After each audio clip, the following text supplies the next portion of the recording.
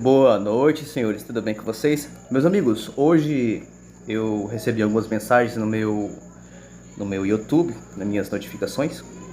Um rapaz, aqui eu até coloquei um dos comentários dele, tá bom? Aqui eu achei os outros um pouco agressivo, né? Mas eu coloquei esse comentário dele aqui e ele pediu para que eu respondesse lá. Só que eu disse para ele que responderia através de um vídeo, porque dessa maneira nós tiraremos a dúvida de tanto de ateus que mencionam isso e colocam como uma cartada contra a Bíblia, e eu vou explicar aqui essa questão, quanto de cristãos também que às vezes possuem dificuldades para poder dar a devida resposta a essa indagação, a esse questionamento que é feito pela parte dos críticos da Bíblia. Tudo bem? Dito isto, vamos ao texto, pessoal. Deixa eu beber um pouco de água. Aqui.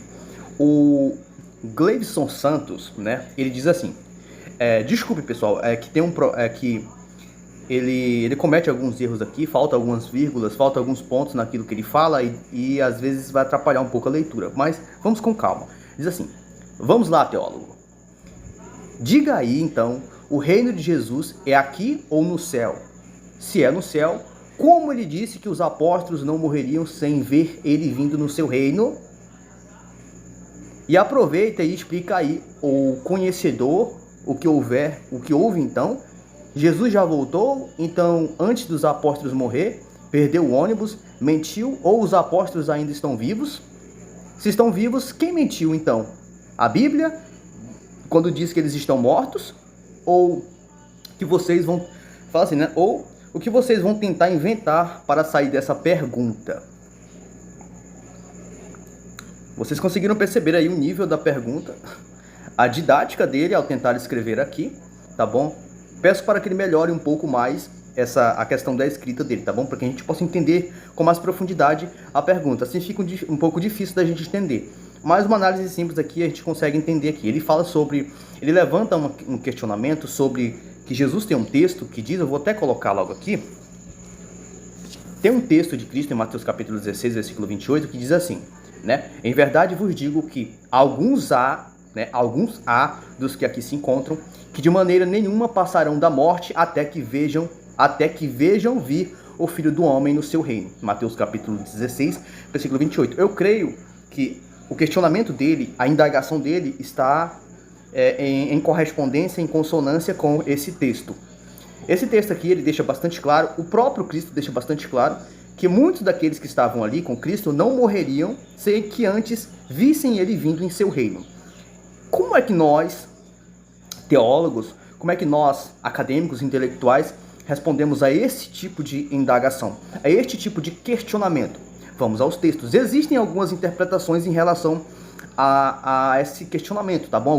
Existem algumas interpretações em relação a isso. Eu vou colocar apenas duas aqui, do qual eu tenho uma afinidade com elas, eu concordo bastante com elas, e eu vou colocar também, eu vou falar sobre a parte 1, que é a primeira hipótese, e vou falar também sobre a parte 2, que é a segunda hipótese, nesse mesmo vídeo aqui, tá bom? Não vou fazer em dois vídeos, tá bom? A segunda hipótese é a que eu concordo mais com ela, mas eu vou falar sobre duas aqui. O importante é dizer, existem outras também, tá bom? Então, beleza. Jesus errou ou não? Na verdade, pessoal, Jesus não errou. Quem erra apenas é uma pessoa que tenta interpretar um texto bíblico sem nenhum tipo de cultura suficiente para a interpretação do texto bíblico, tá bom? Então esse é o problema de pessoas ocidentais pegarem um texto oriental aqui, tentarem interpretar de acordo com a nossa semântica em português. Isso não dá certo. Você pegar, por exemplo, uma hipérbole no Brasil aqui, fica meio difícil de você entender esse texto, tá bom? Mas se você tiver um pouco de cultura, né, uma cultura judaica, da tradição judaica, você vai entender o que é que Jesus quis dizer, o que é que os escritores quiseram dizer com aquilo, beleza? Aqui, por exemplo, eu já falei aqui que existem algumas hipóteses. A primeira hipótese aqui leiam junto comigo aqui, ó. A aparição de Cristo em sua glória no Monte da Transfiguração, cujo relato começa precisamente no versículo seguinte, né? É o capítulo 17, versículo 1, pessoal, do livro de Mateus. Ele fala sobre a transfiguração de Jesus no monte, tá bom? Ele está ali, ele está com os discípulos e Jesus se transfigura ali. E ele mostra a glória dele para os discípulos, tá? Então, nessa passagem, Cristo aparece literalmente numa forma glorificada e alguns dos apóstolos lá estão para testemunhar o que aconteceu, a saber, Pedro, Tiago e João, né? Essa experiência da transfiguração certamente foi apenas um antigozo de sua segunda vinda, quando todos os crentes o verão, vindo em poder e grande glória, tá bom? E aqui menciona alguns textos, ou seja, existem alguns que entendem que quando Jesus cita aquela frase de falar sobre que muitos dos que estavam ali não iriam morrer sem que visse ele vir com poder e grande glória, e nós já estamos 2000 anos depois e a vinda dele ainda não aconteceu, como responder a esse tipo de questionamento? Existe essa hipótese que ela fala sobre Mateus capítulo 17, versículo 1, quando Jesus está no Monte da Transfiguração, ele é glorificado e muitos comentaristas bíblicos entendem que naquele momento, Jesus é como se ele tivesse mostrado um pouco do seu reino para os apóstolos e assim tivesse cumprido a mensagem, tá bom, da indagação. Só que existe a outra hipótese aqui que eu concordo mais, sou mais favorável a essa resposta, tá bom? Aqui hipótese número 2, João capítulo 21, leiam comigo atentamente, diz assim: E Pedro, voltando-se, viu que o seguia aquele discípulo a quem Jesus amava, e que na ceia se recostara também sobre o seu peito, e que dissera: Senhor, quem é que te há de trair? Vendo Pedro a este, disse a Jesus: Senhor, deste que será? Disse-lhe Jesus: Se eu quero que ele fique até que eu venha, que te importa a ti? Segue-me tu. Então Pedro tinha um questionamento sobre aqui que nós entendemos que esse discípulo amado, ele é o apóstolo João, tá bom? Então Pedro, depois da sequência de palavras que Jesus fala sobre ele, ser preso, ser morto, e eles já entendiam qual era a maneira com qual Pedro iria morrer, ele vê João, o discípulo amado, e ele indaga, né? Ele faz a pergunta a si mesmo e ele pergunta, tipo, e ele? O que vai acontecer com ele? E Jesus fala, tipo, no versículo 22, né? Diz assim: Disse-lhe Jesus: Se eu quero que ele fique até que eu, lembra dessa palavra, até que eu venha, que te importa a ti? Segue-me tu. O versículo 23 diz assim: Divulgou-se, pois, entre os irmãos esse dito que aquele discípulo não havia de morrer. Jesus, porém, não lhes disse que não morreria, mas se eu quero que ele fique até que eu venha, que te importa? Eu até grifei aqui a palavra até que eu venha, ele fala o que te importa. De qualquer maneira, qualquer circunstância, Jesus disse que voltaria. De alguma maneira, nós não sabemos como isso ocorrerá, de qual maneira, de qual forma, de qual técnica isso acontecerá, mas de alguma forma isso vai acontecer, tá bom? Ele fala: o que te importa a ti? Este é o discípulo que testifica dessas coisas e as escreveu. E sabemos que o seu testemunho é verdadeiro. O verso 25 diz assim: Há, porém, ainda muitas outras coisas que Jesus fez, e se cada uma dessas coisas fosse escrita, cuido que nem ainda o mundo todo poderia conter os livros que se escrevessem. Amém. Então o próprio João, no capítulo 21 aqui, ele fala que Jesus fez tanta coisa, ele fez tantos milagres, ele fez tantos ensinamentos, que nem todos os livros do mundo, se fossem escritos, conseguiria guardar todas as informações que tem a respeito dos ensinamentos de Jesus e das curas que Jesus trouxe. Ou seja, existe muita coisa que os apóstolos ensinaram que não está na Bíblia. Ok? Isso aqui é bastante interessante a gente perceber. Mas, dito isso, a gente vai para a questão principal aqui. Vamos ler mais alguns textos, tá bom? Apocalipse capítulo 1, versículo 1 diz assim: a gente vai ver que ao longo de todo o período histórico, da narrativa da história dos apóstolos, a maioria deles vai morrer, tá bom? Vai ser assassinado, tá? Vão ser mártires. Só que a gente vai ver que o final, o último deles que continua vivo e que vai ter uma morte natural, vai ser o apóstolo João. João, ele é preso em Patmos ali, tá? Uma sentença que ele recebe, aquilo era uma punição do império sobre ele, que não havia adorado ao imperador, e ele está lá agora exilado. Essa era uma forma de punição do Império Romano da Antiguidade. Tá bom? E Apocalipse capítulo 1, lembra de João, capítulo 21, quando Jesus fala assim, né? Se eu quero que ele permaneça até que eu venha, o que te importa? Então já temos aqui uma característica. Agora aqui em Apocalipse capítulo 1 diz assim, verso 1. Revelação de Jesus Cristo, a qual Deus lhe deu para mostrar aos seus servos as coisas que brevemente devem acontecer. E pelo seu anjo as enviou.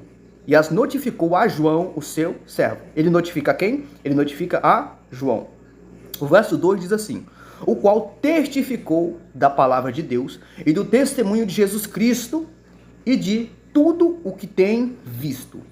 Então João viu muitas coisas maravilhosas e dessas coisas maravilhosas ele escreveu, tá bom? Então muito importante aqui, eu até quase grifei aqui a palavra, né? A palavra tem visto, tá bom? Aí o verso 3 diz assim: bem-aventurado aquele que lê e aqueles que ouvem as palavras desta profecia e as guardam as coisas que nela estão escritas, porque o tempo está próximo. Muito interessante que o grego aqui, quando você pega, por exemplo, bem-aventurado aquele que lê e os que ouvem, não, mas esse texto ficou muito bem traduzido, porque tem algumas traduções que trazem assim: bem-aventurado aqueles que leem. E desse aqui trouxe muito bem feito, porque traduziu como bem-aventurado aquele que lê e aqueles que ouvem essas palavras dessa profecia. Então ficou muito bem interpretada. Parabéns às pessoas que interpretaram esse texto do versículo 3, porque ele ficou muito bem, ficou bem correto, tá bom? Então a gente está vendo aqui Apocalipse capítulo 1, que Jesus se revelou a João. E ele se revela a João mostrando o quê? Como é o reino de Deus. E ele vai mostrando o que acontece desde o princípio até o fim e como se dará a vinda. Então nós já temos aqui um apóstolo que viu a vinda de Cristo. Lembra que o versículo fala: há aqui alguns que não morrerão sem que veja ver o Filho de Deus vindo, né, em sua glória, em seu reino. E nós temos aqui, na narrativa de Apocalipse, trazendo João como aquele que viu o reino de Deus vindo. Isso é muito forte, isso é muito interessante, pessoal. Agora aqui a parte final, para o vídeo não ficar muito longo, aqui Apocalipse capítulo 19, eu já coloquei aqui uma pequena introdução, um pequeno desenvolvimento, falando que João é um dos apóstolos, aquele que recebeu a mensagem, aquele que viu todo o discurso de Jesus, é aquele que está vivo no final e que está vendo agora o reino de Deus vindo. E ele está escrevendo tudo o que ele vê. O Apocalipse 19, versículo 1 diz assim: e depois dessas coisas, ouvi no céu uma grande voz de uma grande multidão que dizia: aleluia, a salvação e a glória e a honra e o poder pertence ao Senhor nosso Deus. Verso 2: porque verdadeiros e justos são os seus juízos, pois julgou a grande prostituta, que havia corrompido a terra com a sua fornicação, e das mãos dela vingou o sangue dos seus servos. E outra vez disseram: aleluia, e a fumaça dela sobe para todo sempre. E os 24 anciãos e os 4 animais prostraram-se e adoraram a Deus, que estava sentado no trono, dizendo: amém, aleluia. Verso 5: e saiu uma voz do trono que dizia: louvai o nosso Deus, vós todos os seus servos, e vós que o temeis, assim pequenos como grandes. Verso 6: e ouvi como que voz de uma grande multidão, e como que a voz de muitas águas, e como que voz de grandes trovões, que dizia: aleluia, pois já o Senhor Deus Todo-Poderoso reina. Então que interessante, né? João fala: e ouvi como que voz de uma grande multidão. Então João, ele está presenciando aqui a vinda do reino de Deus, a implantação do reino de Deus. Então um crítico pegar o texto bíblico e falar que nenhum dos apóstolos viram Cristo vindo é negar totalmente a narrativa do livro de Apocalipse. O livro de Apocalipse fala da revelação, né? Apocalipse, do grego, significa algo que é revelado, né? Algo que está longe das sombras. O próprio nome, a etimologia dele já fala sobre isso. Então Deus revela a João. E João vê aqui, a partir dos capítulos 1 até os últimos capítulos de Apocalipse, a gente vê que Jesus, ele mostra como será a sua vinda, ele mostra como será o desenrolar da história, como o reino será implantado. Ou seja, o próprio texto bíblico deixa claro que um dos apóstolos, tá bom, viu claramente a vinda de Jesus, tá bom? Deixa eu só ver se eu consigo tirar outro texto aqui também. Apocalipse 19, o verso 1 diz assim, né? E depois dessas coisas ouvi no céu uma grande voz de uma grande multidão que dizia: aleluia, salvação e glória e honra e poder, né? Então interessante que, né? E depois dessas coisas ouvi no céu uma grande voz. Então a gente vai vendo que João, ele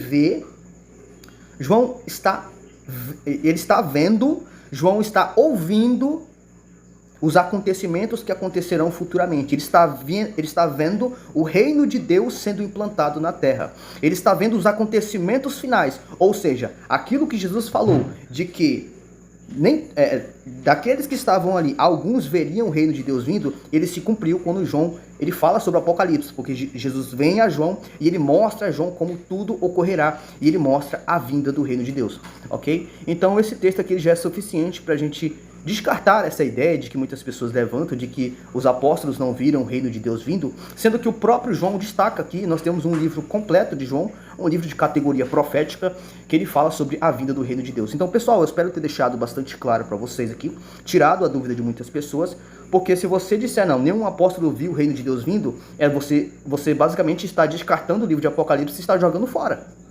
Tá bom? Até porque o livro de João fala que muitas coisas que se fossem ser escritas a respeito de Jesus, nem todos os livros do mundo caberiam, porque foram muitas coisas. Ou seja, muitas coisas que Jesus fez foram, tá bom? Foram feitas, porém, não foram escritas.